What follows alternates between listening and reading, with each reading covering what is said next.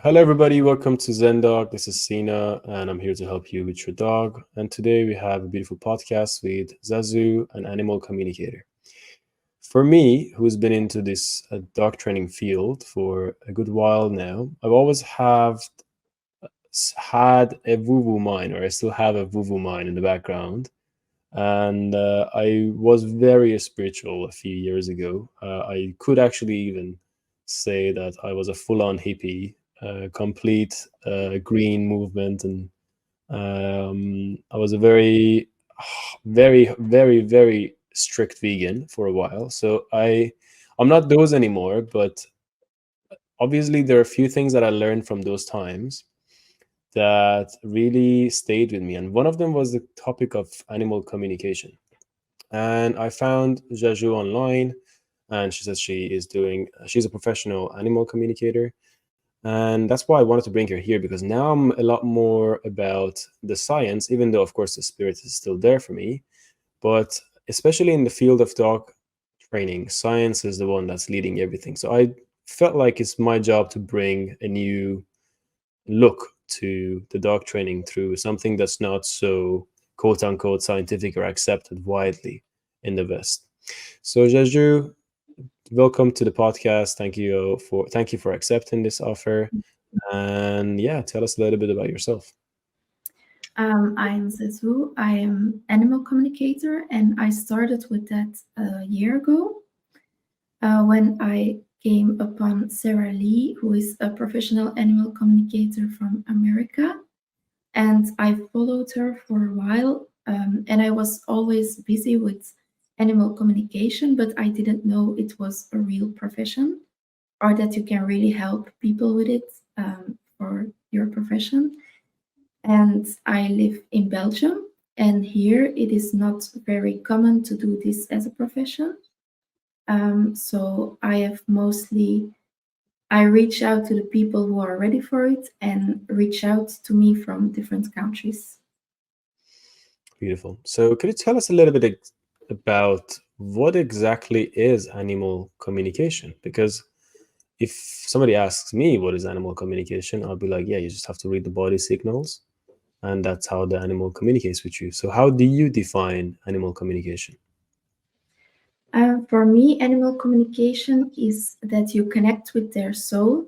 So you actually have 100% trust on your own intuition, that you can hear their voices. And for that, you have to connect with their soul because they also communicate with each other through their soul and through energy.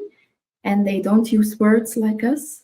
They do use body language, and it's actually a combination of the body language, the mental state of the animal, and the energy. Okay.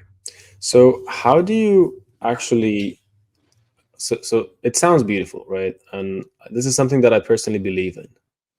But how do you actually explain the process of this for somebody who doesn't know or doesn't necessarily believe in something called a soul or energy or a spirit? So how I connect with them to have this conversation, or Yeah. So, like, how would you explain this to somebody who is a skeptic about kind of a spiritual aspect of life? um, well, actually, I always explain it like this because my experience is when people really want to help their animals, they do believe it or they want to believe it, which bring them closer to the step to really believing all the concepts. And it's actually, I always use the example of how they communicate with each other because it's very clear they don't use words. So you can, that's like an example you can give that's a scientific definition that they don't use words. So you can actually take them as an example for how they communicate and how they react on each other and how they want to communicate with you. Because I know a lot of animal parents do understand their animals just by looking at them, or they always say, yes, I know, I understand them. And that's actually how we, as animal communicator, communicate with them. Sweet. So, as a dog behaviorist who's been studying ethology very deeply for the past few years, the way that animals do speak to each other, it's through multiple different ways. So it's the spatial pressure, it's their pheromones, it's sound, it's movements. So these are the main ways that they are speaking to each other on the scientific ground. So you're suggesting that animals also speak to each other on a spirit level? Is that what you're saying? Yes. Okay. And how does that, how do you explain this to me? Like how could you explain that into a format that I can understand? Even though I guess it's a wrong question to ask because it's so hard to explain the spirit, but what will be your best try, let's say? Um, I also think it's a bit difficult to explain because mostly people really believe it if they experience it with an animal communicator. So mostly I explain it as everything begins with energy, and we as humans we have our free will, and we have words, and we have our own opinions. But that for me, animals don't have towards each other because they have their instinct, and like you explained, and that's very close for me to the energy. If you see their world, the energy that they communicate with is very close with the instinct and with everything you say. Yeah, I think for our own, species as well, we are very instinctual too. We just kind of get programmed to put it away and not take it too serious.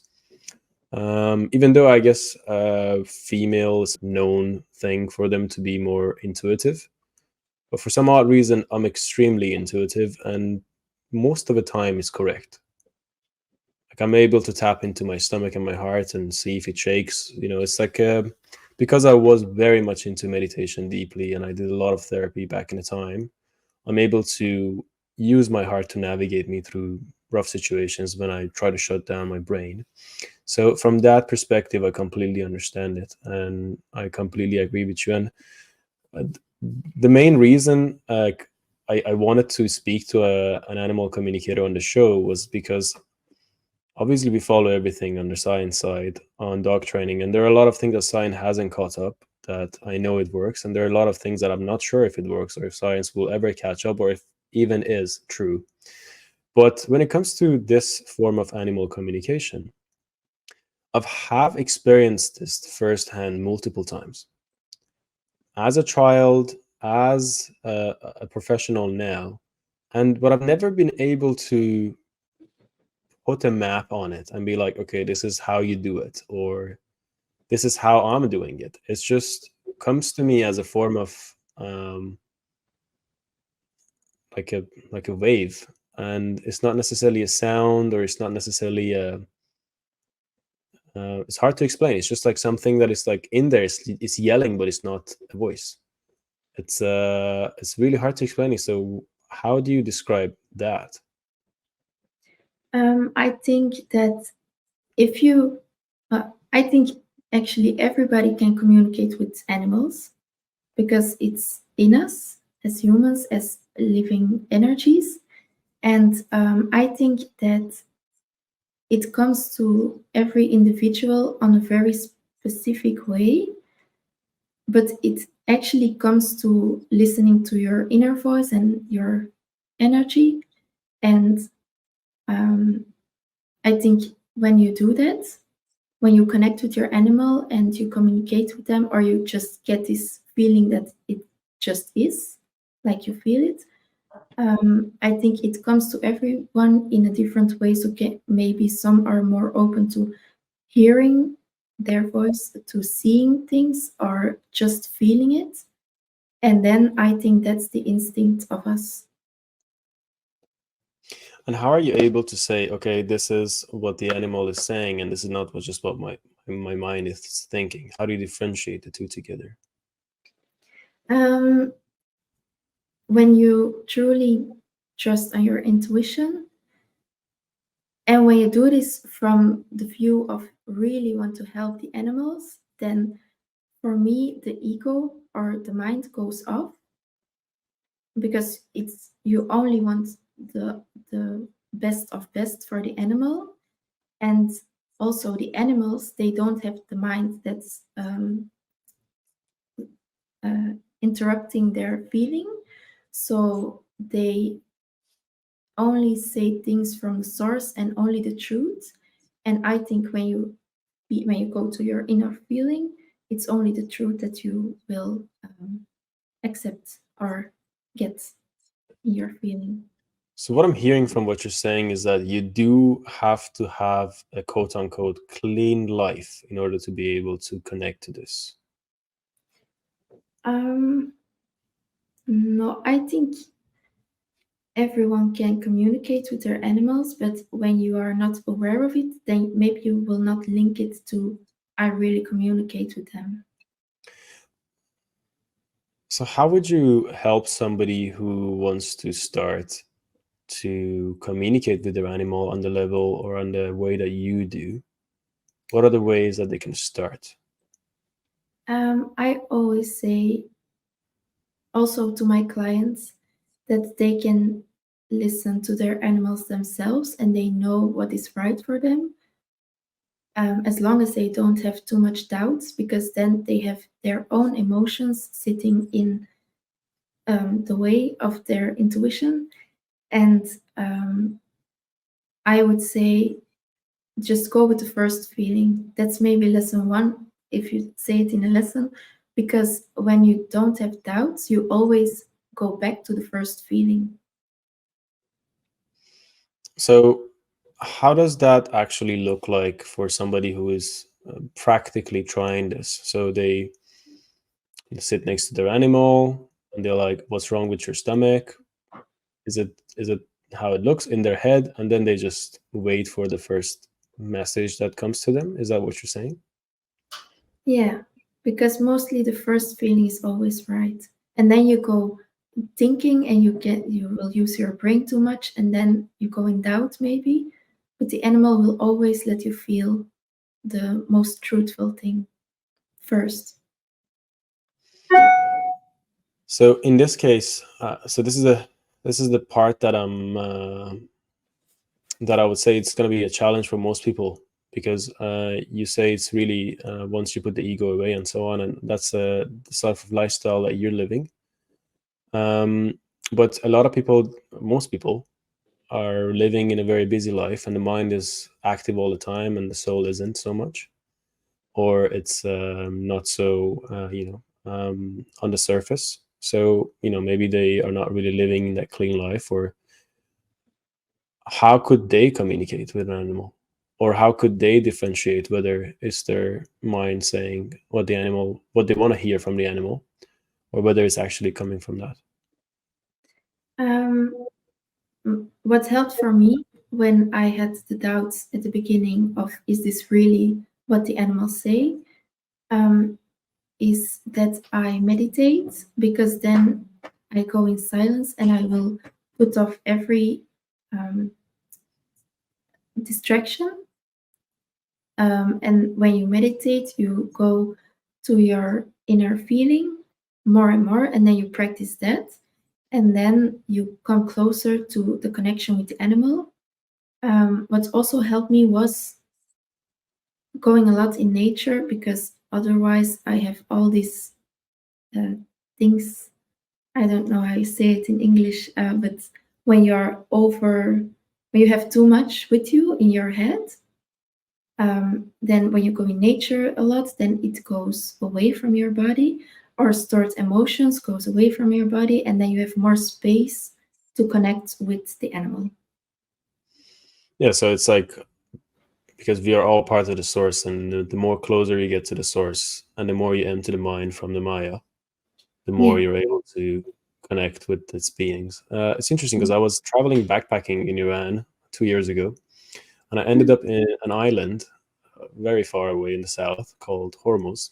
And I had a dream that told me, or I just saw a vision. I asked my dream, should I go to this island? I used to do a lot of dream work back then. And I saw a dream of I don't exactly remember the details, but there was like a place that I felt like home, and it had a beautiful place with sacred geometry, kind of carpet, and then there was 6 7 people, and they were wearing traditional clothes, and then they revealed my clothes and they told me welcome to the family. So knowing that, I was like, I have to go check this island. And that day, from the island that I wanted to go to that island, there was a storm and there was no boats going there. And I was like, I have to get there. So I traveled to the other island, and from one boat, I paid the guy extra to just basically ride me there. And I go there. There's a storm. There's like if nobody's on the streets. I'm like, what am I doing here? So I'm just walking. There's a guy outside, and he's like, "What are you doing here?" I'm like, "I don't know what I'm doing." He's like, "From here are you?" I was like, "No." He's like, "Do you have a place to stay?" I was like, "Not really." He was like, "You're crazy." I was like, "Yeah, I guess." And then he was like, "You want to stay with us? We have like a guest house." I was like, "Of course, I would love to." And I go there and I stay in the guest house. The next day when I wake up, I realize all these people are very interesting individuals. One of them is a very strong yoga practitioner. The other one is a meditation, I think, theta teacher. The other one was astrologist. So very, very interesting people. And I was very much into qigong back then. I still am, but not as much. And I was doing my practice in the morning, and then we started to chat, and I was like, "Oh, this is amazing! It just feels like I just felt my soul family." So on that intuition side, I believe that that intuition is always communicating with you through dreams, through everything. And then what was interesting was that, long story short, after a week of staying there, the owner of the guest house told me, "You're welcome to us if you want to stay. Like, you're one of us." And what was really interesting was that there was also 6 or 7 people there. Yeah. So I don't want to get too woo woo, because like, I'm also very mindful of how I navigate this field. But this is something that's happened to me, and it's real for me, and I also feel like sharing it. So that place I learned theta in that place I learned theta meditation, which was them connecting to which is a form of meditation that it connects to a higher place. I don't know if you're familiar with it or not, but there I also learned that you could communicate to plants, you could communicate to animals through theta meditation. So do you have any experience with that specifically? With that meditation, Yeah. no, Okay. So, I because haven't. with that, I do have a map, but I don't know exactly what is your map as a professional. Like, how does a process look like? Like, I come to you and I'm like, okay, my dog is sick. I guess that's like an average, or like allergies or something. So, or actually, maybe just walk us through what would a normal client be like usually, and how is it the process that you're helping them? So my clients are actually everybody. I really had very different clients, also from the way they live, or if they believe in all the intuition or not. And it's the clients with the animals with anxiety, with allergies, or with people also that want to have a deeper connection with their animals, and with animals that are passed over. Um, and when they come to me, I ask them to fill out a form with the information they want to share, but they don't really have to share something, just if they want it, and with the questions they have. And I also ask for a photo, but that's not really needed. But I do it because then I can have a vision of how the animal is in this moment right now. And then I go in meditation, and I connect with the animal's soul with permission. And I ask if they want to share what they want to share, and I ask the questions of the animal parents. And then they show me, actually, every animal shows me everything on a different way.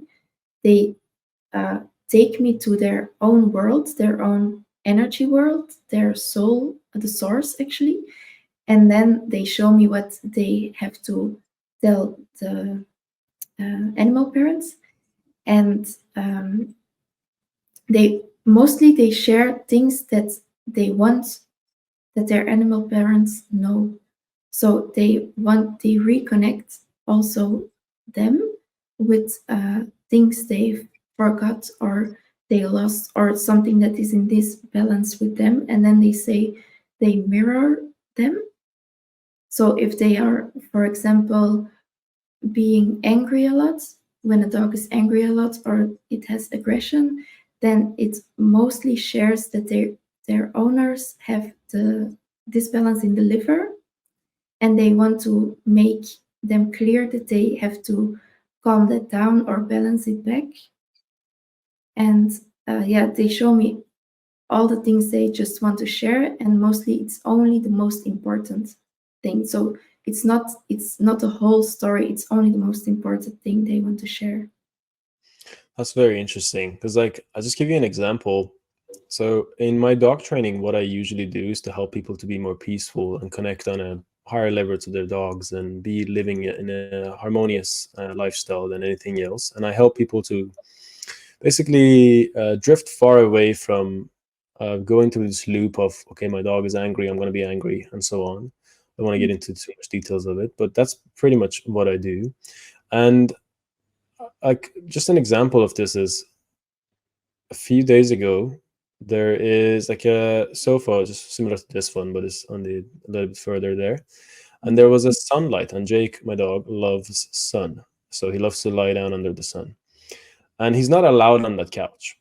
What I noticed was that he went and he sat in front of that couch where the sunlight was shining, and he just stared at the couch. What I picked up is that from him was like, "Can I go on this couch?"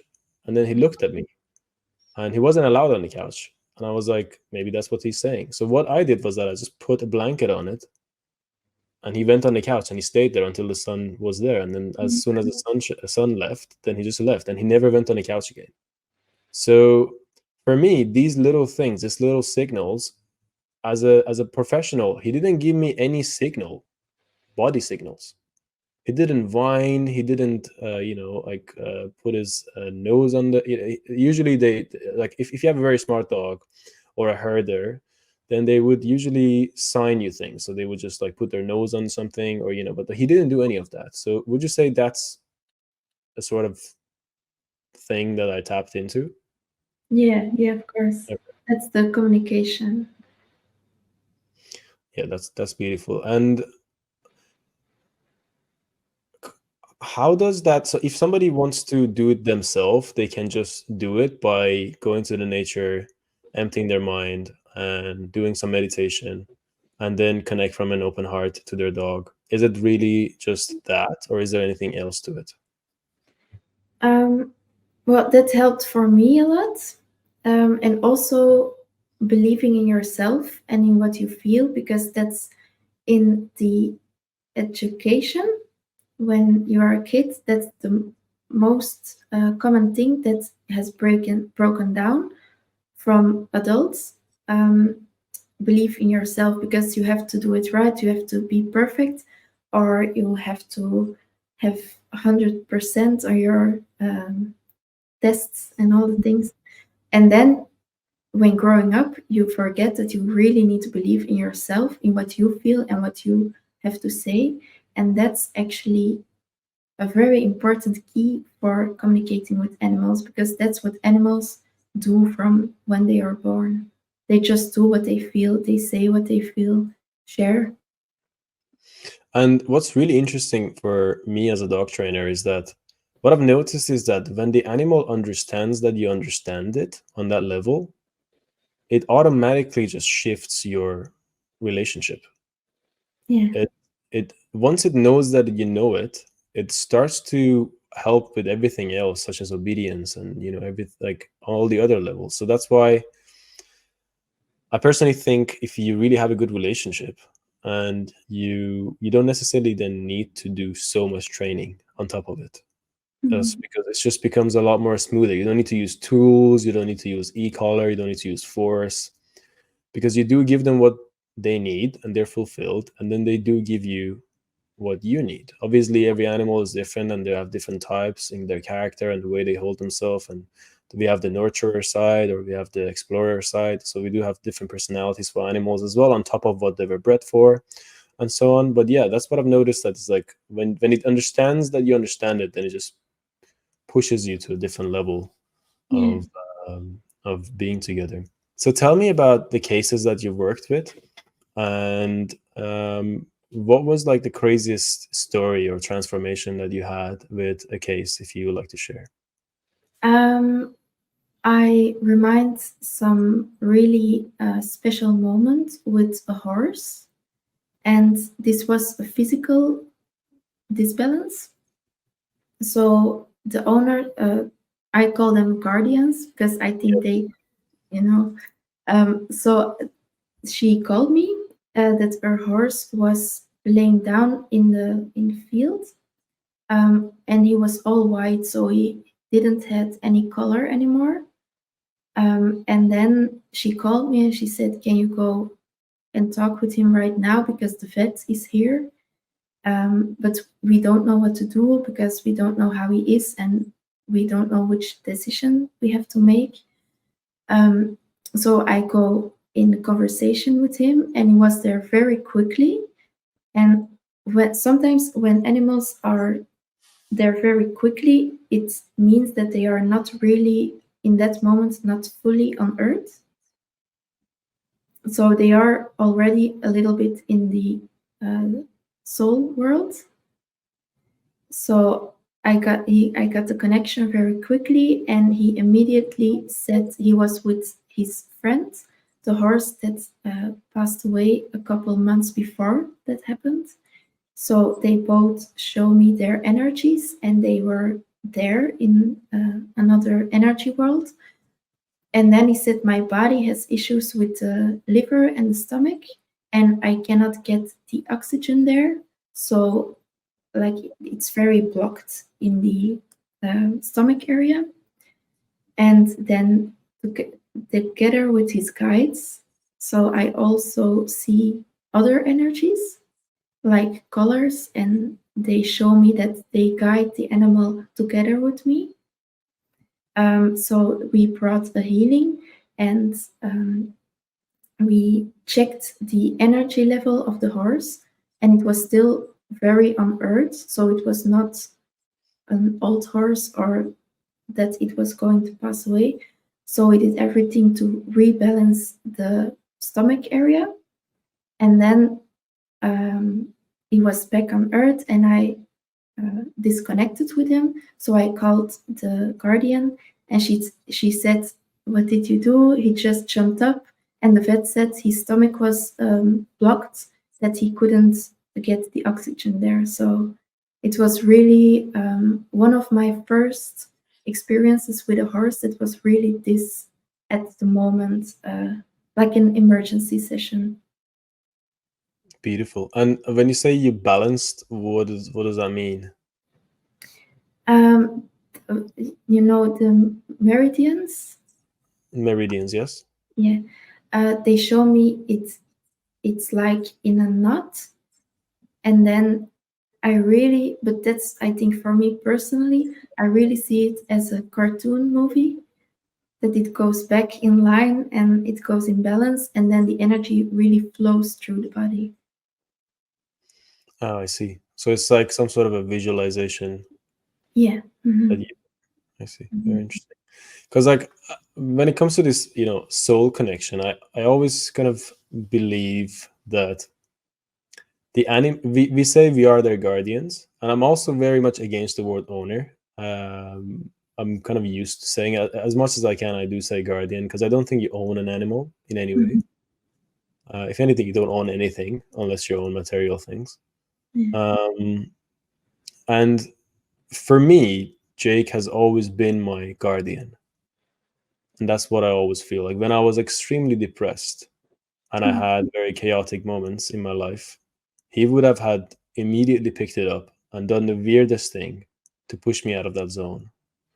And I've had uh, also like, back in the time when I was going through my therapy and healing journey, I did some sort of psychedelics as well. And when I went very far into the world of the soul, or how you want to call it, what I noticed was that I had this thing with me that was a gray wolf, and it looked different, but it had the same characteristics as Jake. Yeah. And long story short, we basically did a lot of things in our, whatever you call it, dreams or the other state, and he was able to save me through something. And when I came back, that problem was solved in this on this earth. Yeah. And again, it's really hard to explain this to people. In no way it is scientific. I don't think even you can even measure this to Mhm. give it any name. But it's very real for me that he is just my animal spirit or whatever you call it that Yeah. has my back and I have his back and we always have each other's back. And so saying this, I wanted to go towards more of a like a dog training side of the animal communication. And there's a saying that they say, if my dog doesn't trust you, I don't trust you either. Mhm. Do you believe in that? Oh, what, can you repeat it? Do you know when some people say, if my dog doesn't like you, I don't Yeah. like you either? Yeah, I believe that. Yeah. Yeah, so it's like Yeah. the dog is like not interested in somebody, and that means that you're not good for me. Do you think this is also them somehow communicating with you? Yeah, I think it really is. Yeah. Hmm. And when it comes to, I don't know if you've ever had a client for training, for example, with anxiety or something. So, like, I've had a lot of clients come to me, and then most of them were, training problems, but some of them wasn't a training problem, and the problem was them being in a chaotic zone. And then I suggested them to look after it and go through it, and one of them did, and came back to me after a year, and she told me that everything is fine, Hmm. because she feels better, the animal feels better. And this is my own observation of doing this for a decade now, that Hmm. however state you have is directly transferred to the animal.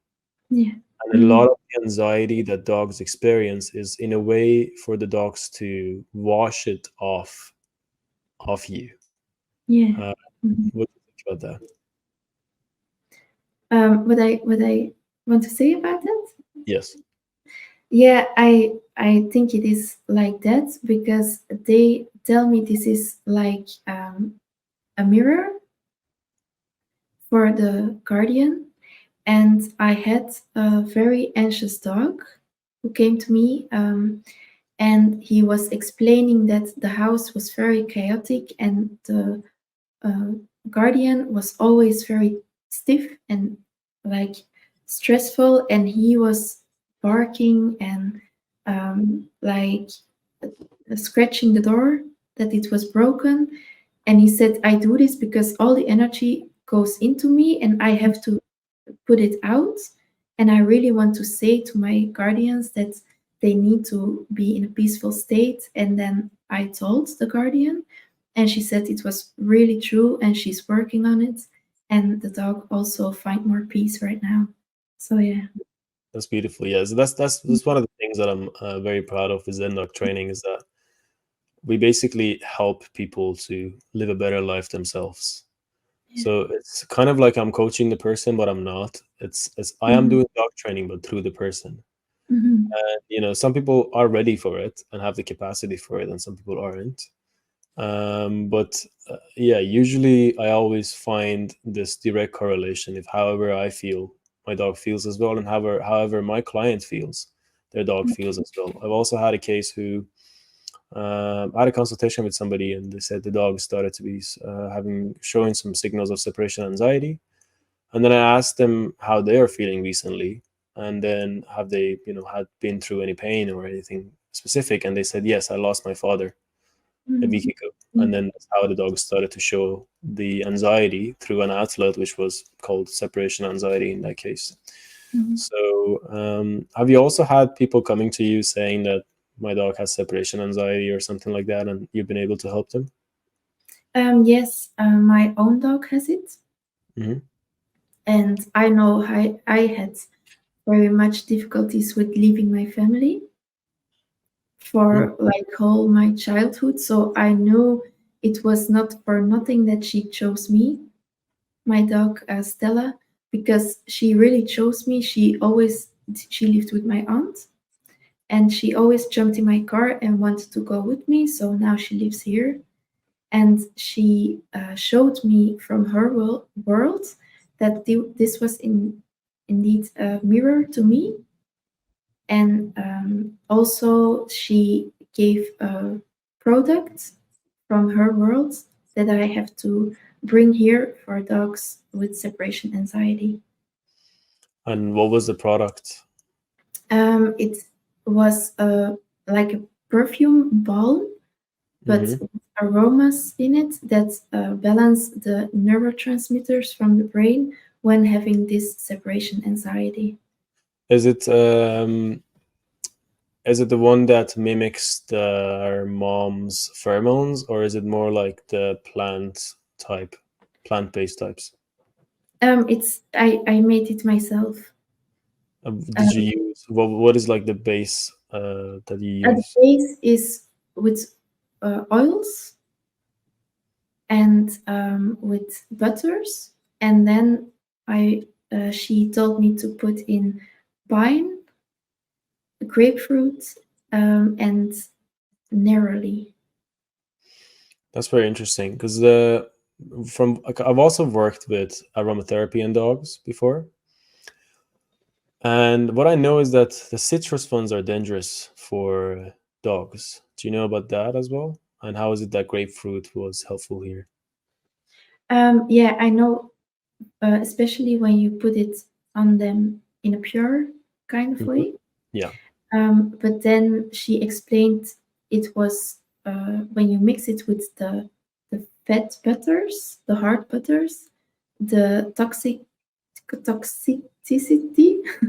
goes away because it's blends in and it's really like one drop. So it's really tiny. so that's very interesting. Yeah, I'm a speechless. I definitely want to see what it looks like. Oh, I have it right here. Sweet. And so you have like people coming to you for even their dog training problems, and you're able to basically tell them what is it that's happening. And tell me, in your case, have you been able to get rid of the separation anxiety at this point or not?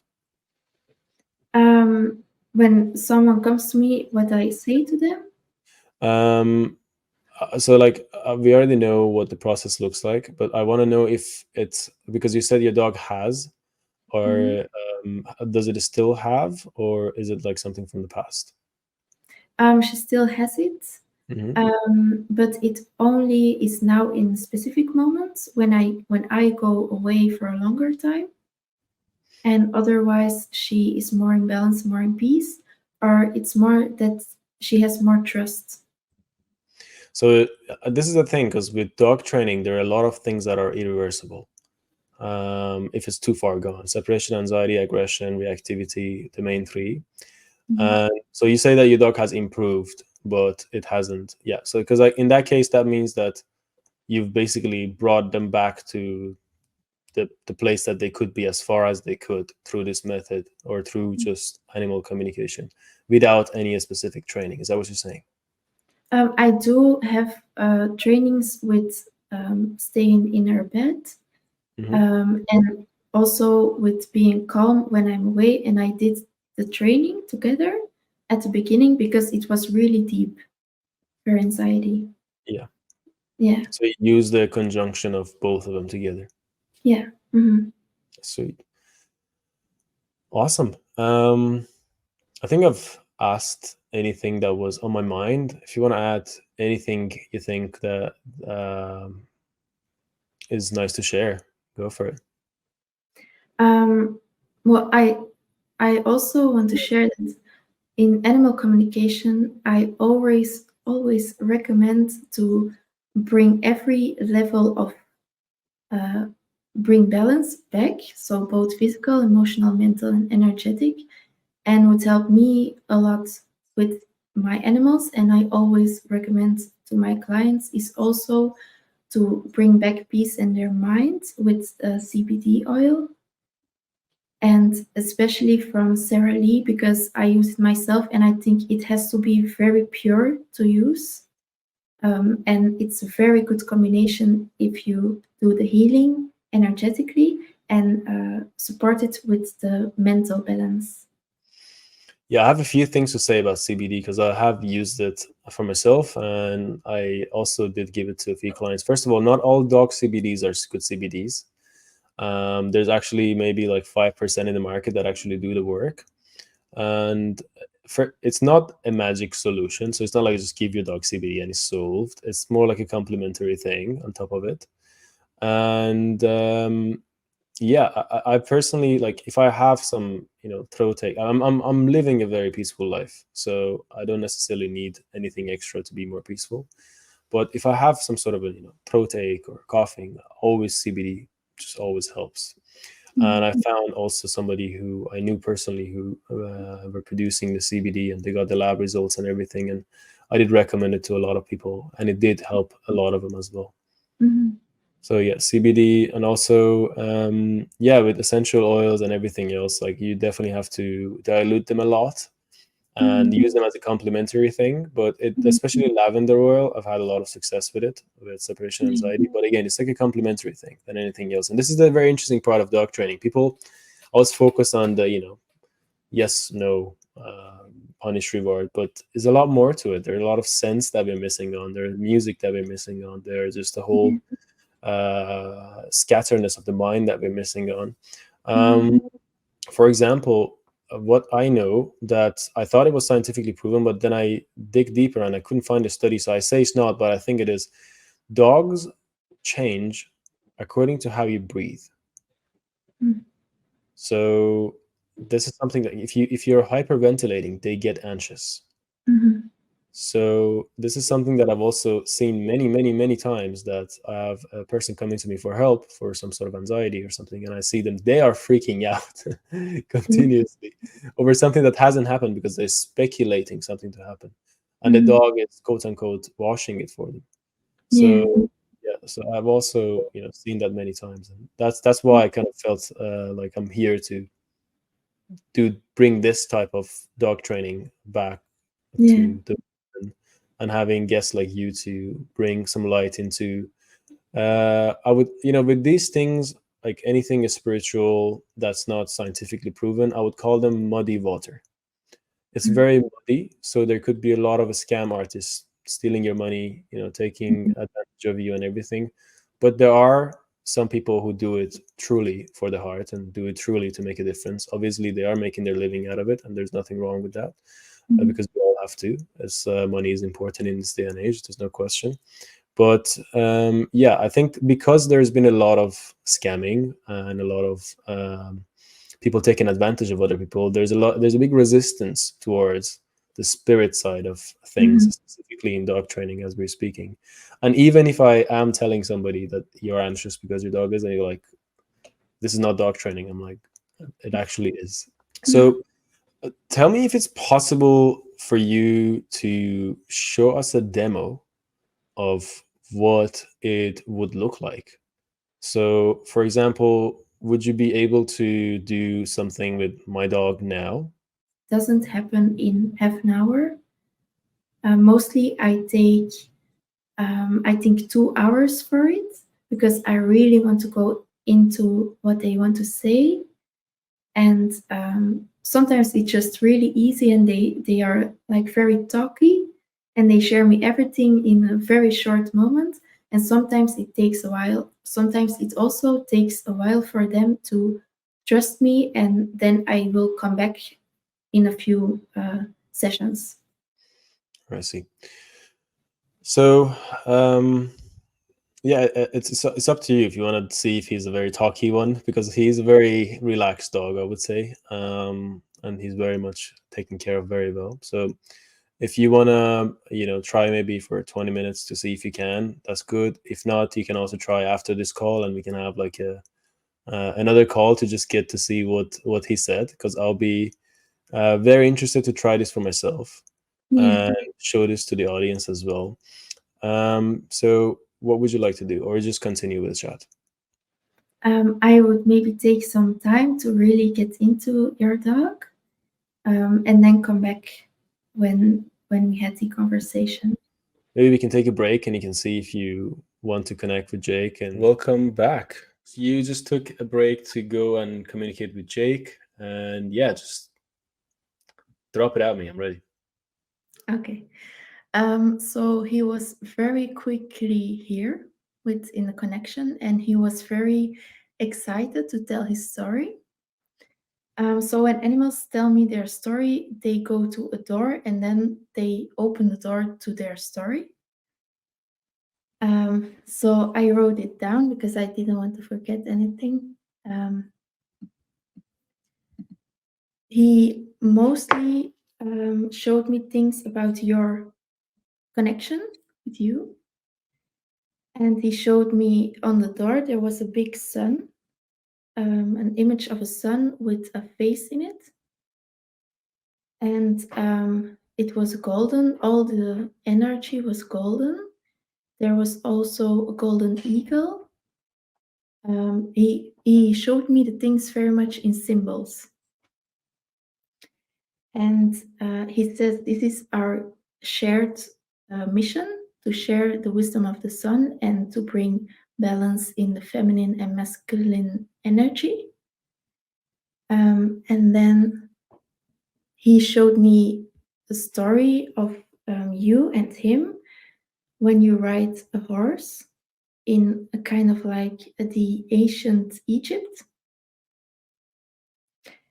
And you were riding towards the sun, and he says we are going to pick up part of our soul that we left there. So you went into like a pyramid, and then there was a part of you, but I only see energy, so I don't see really you. A part of you and him that was laying there in a pyramid, and then you were laying your hands on yourself, and a flame came into your heart. And he says this was the missing piece, like a piece of puzzle, What came um, into your heart? like a flame, The flame. like fire. And he was showing himself as a big black cat there. And he said, we have to pick this up for us to integrate this wisdom back, because it's time for us to share it here on Earth. And then he showed me you were standing in front of a mirror, and he was behind you like a big golden, like a wolf, a big, with his fur. It was like flames, and you were connecting with yourself, and there were all these roses getting around your heart and around his heart. And then he shows you were running together in like a jungle, and it was like very joyful. And then he kept saying the word sister, but he knows you know what he means, or you will know what he means maybe later. It was important for him to share this with you. And he also shared you were sitting on a mountain and you were looking at the stars. He was pointing his nose to the stars. He was like a big dog right now, and next to him there was a white dog with orange also. I don't know, he didn't explain that. And then he said you are being hugged like from someone you know, and you are protected. And then he shows a kid in a bed, and he says, although I was not always here physically, I've always been here around you in energetically. The And kid? then, what? The kid has been next to me energetically? Or the dog? And he is, yes, the dog. The white orange dog or Jake itself? Both. They both been with you, and they always protected you. So I think it was a symbol as a kid that it was you. And then he says that he knows you know everything and you connect very quickly and from the heart with him. So he didn't had to share a lot, but he wanted to share this with you because this was the most important. And when I asked about what you say when he goes reacts on bigger dogs, he says, "I know I've been protected, and I just my mind reminds it like this." But he actually feels very safe. Yeah. Oh, sweet. Okay, so the for the viewers, I've asked Zazou about Jake's and how he responds to bigger dogs on him. When he was younger, I took him to this dog park a lot, and I wasn't as educated as I am today.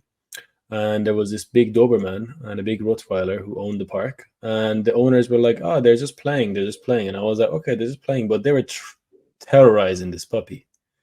So since then, when he sees a bigger dog than him that's black, he gets super aroused and he basically faces. You can see the heckles on his back. He doesn't do anything, but I can see that he's uncomfortable around it. And Mm. there's nothing I can do to change that. So it's great to know that he's not bothered. I didn't think he was, but I was wondering if there's anything that I could do about that. But yeah, beautiful. Is there anything else?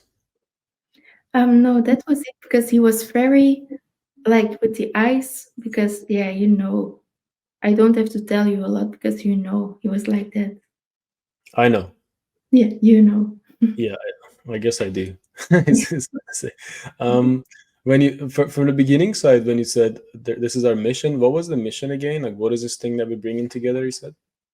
It's the combination of the wisdom of the sun and the wisdom of the energy of the feminine and the masculine balance. Hmm, that's so interesting. Did you actually know my second name is Sun? Saan. Oh, no, I didn't know.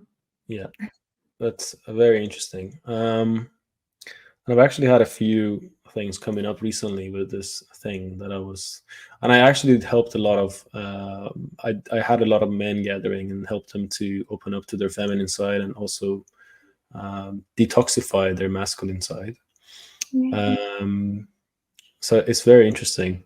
And what you said with the horses in Egypt, I've also heard that from a psychic before, which was also very interesting to hear again. And with the wolf, yeah, I've also seen that wolf. Not in that much details, but very similar. Um, yeah, that's fascinating. It's very interesting. I guess Jake is not really a dog that needs anything, so his kind of communication is very different. So you would say we've been together before in quote unquote previous lives. Yeah, yeah, and like souls, you are very, very connected. Yeah, of course I feel it. Mhm. That's beautiful. Thank you very much for this reading. That's definitely heartwarming to hear that we are connected. Because I was like, okay, Jaju is gonna come back and be like, he isn't. He's depressed. He wants more gourmet food. I was like, no, but no, I'm joking. I do know that he's very happy, Yeah. and he is living the most balanced dog life possible. I think for a dog in the city. Mhm. Anybody who do sees him does get a healing vibe from him. Yeah. And yeah, I also had I used to run retreats before, healing retreats, and if somebody was going through something, he would go to them and calm them down. So he is a very special dog for me. And Mhm. even though he's very old now, he's about 10, Mhm. people have told me to get another dog, and I'm like, absolutely not. When he goes, I have to mourn for a few years, and then maybe Mhm. after that I'll be ready to get another dog. But Yeah. Mhm. yeah. Anything else you'd like to add to this?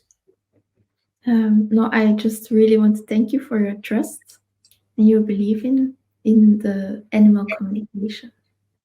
Of course.